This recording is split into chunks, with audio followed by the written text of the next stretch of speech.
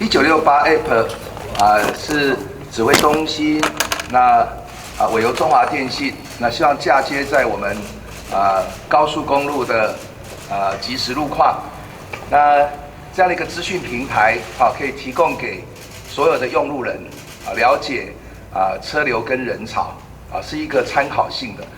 那也会不断的精进。那对于外界有反映有一些热区可能不够精准我想我们也会以交通部作为一个桥梁来提供给我们的执行单位来做检讨跟修正。那关于这200多个热点是参考各个部会它所属的业务汇整起来。那至于说在方法论上怎么样能够精进，能够同时考虑到流量跟它的容量，也就是说提供的资讯可以更贴近即时的路况跟人潮这个部分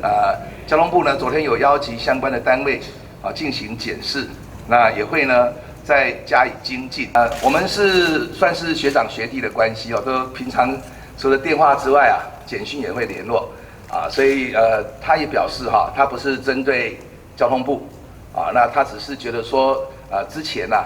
指挥中心把台南比较多地方当做一个警示的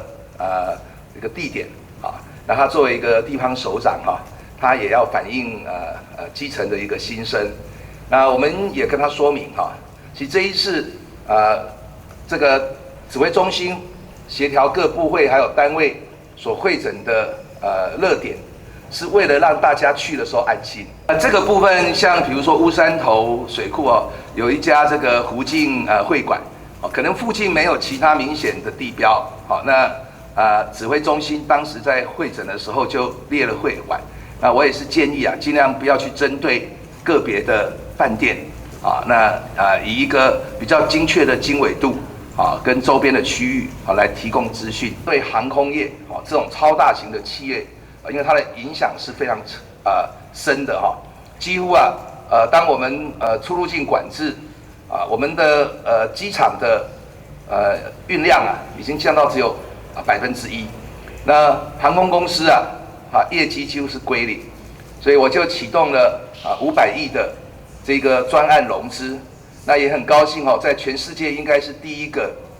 最快速完成对航空公司的这个融资这个纾困的专案的贷款。那目前是以500亿元那协调了信保基金还有银行团已经达成了这个协议，那也这个签署这个契约所以在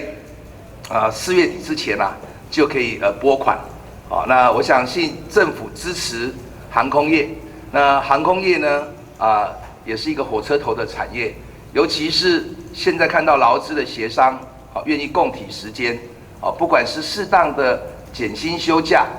还是呢大家能够做人才培训各种的转型升级。我相信台湾在经过疫情的冲击之后，如果我们能够存活下去我们会在未来景气复苏的时候能够百业兴盛。